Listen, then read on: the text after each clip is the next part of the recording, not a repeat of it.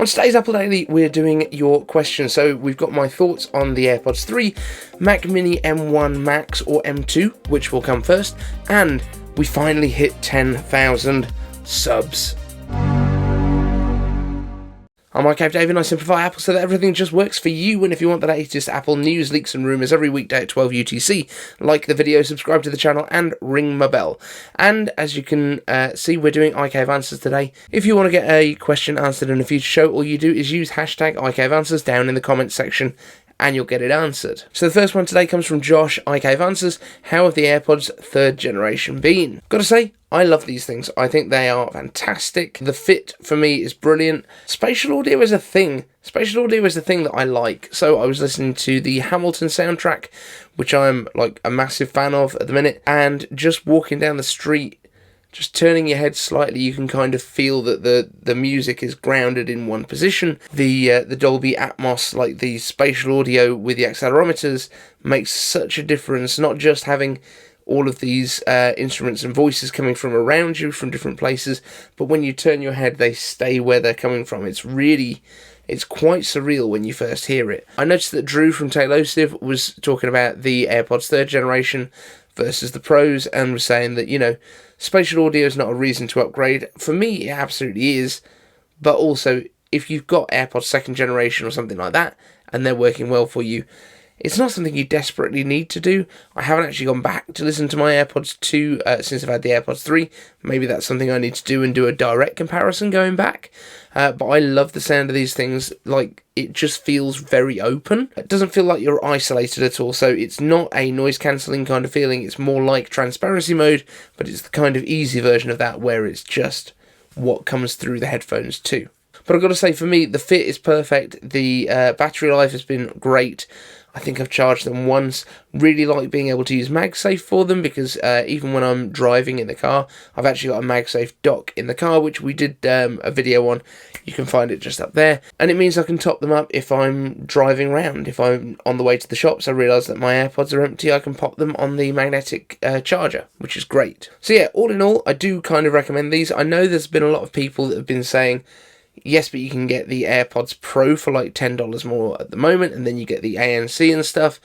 I personally don't like having the silicon tips, and also it's $10 more at the moment because they're on massive discount. They should be $250, I think, and they're down to like $190 dollars. These are going to go on discount as well, just like everything else does with Amazon and some of the other partners. So if you want these and you want to kind of get them not necessarily today, you can hold on, and there will probably be $20 to $30 off within the next few weeks. Next up, Tim Beaton asks, iCave Answers, does this mean we might get an M2 Mac Mini first, i.e. before the Mac Mini Pro Max?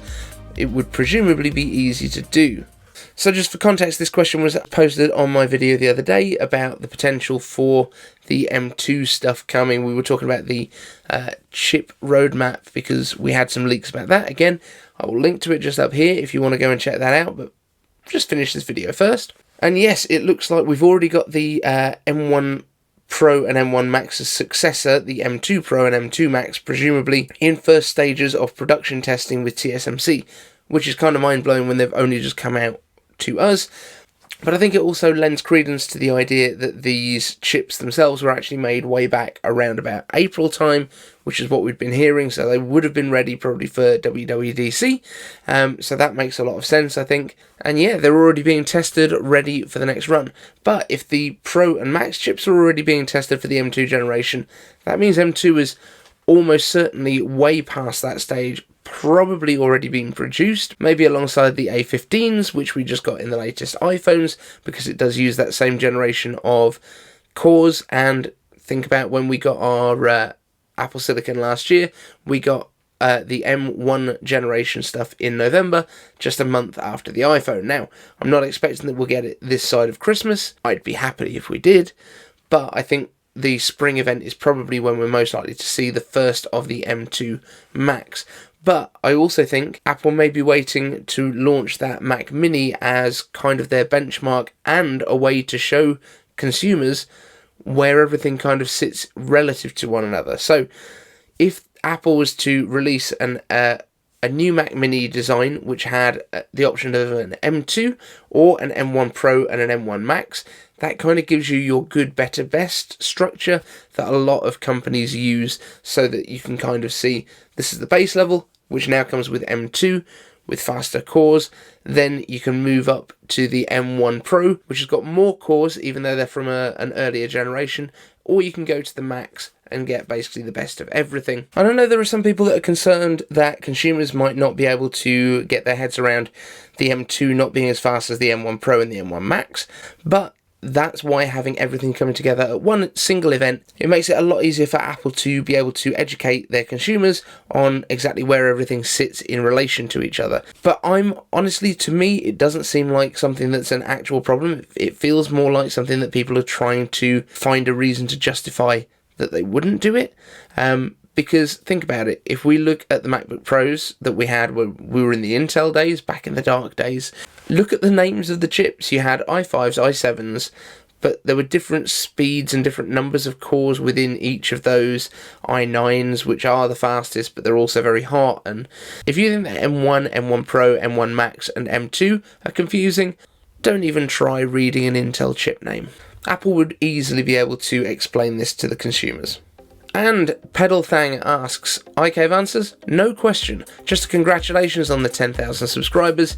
You're a great resource not only for what's going on day to day with Apple, but also tips to make the Apple experience better.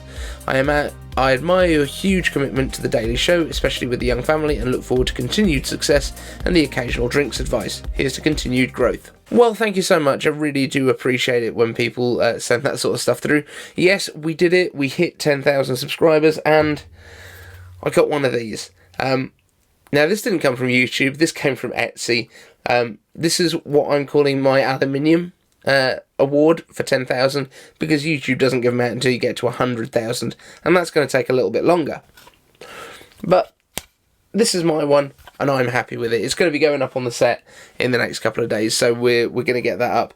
But I just decided aluminium is perfect for an Apple show. A lot of people have been asking what we're going to do in order to celebrate this, and I think what I would like to do is, back at WWDC we did a t-shirt drop which had a bunch of memojis from you guys on it, and it just made it really fun because it kind of got everyone involved. Now, since then we've got a whole bunch of new subscribers, so I would love to do something like that again. I think the best way to do it is for you guys to tweet at me, iCaveDave on Twitter. It's iCave_Dave, just to be clear. Use the hashtag iCave10k. Send me your Memoji image. I will compile them all together. We will do a new t-shirt design, and it's just really cool to get kind of everyone involved with it. It was really fun last time, and I would love to do that again. So I will probably try and put that together by Friday, so make sure you get your Memojis into me as quickly as possible. It has been basically almost exactly a year and 2 weeks since we hit 1,000 subscribers. I don't know if we're going to hit 100,000, if we can just add a digit each year, I'd be happy with that. I don't think that's how it's going to happen, but that would be amazing. Apologies, by the way, I have very little voice. I was doing a bar event at the weekend, so trying to speak over loud music, but I'm not dying, don't worry about that. But yeah, and the one thing that I'm trying to do on this channel more than anything else is to build a community, and that's why we take your questions like every single day. I want to do more of it. I would love to get to the point where this channel can be my full-time career, as opposed to being like my side hustle. We ain't there yet, but we're taking good steps towards it. Like going from 1,000 to 10,000 in a year is just incredible, and I'm so grateful to everyone. If you comment down below one of my videos, if you've done it before, you'll see I don't ignore them. I think I've answered every comment that's come up. Obviously YouTube filters some out, some disappear and things like that, but every comment that I see, I respond to. I will always answer you.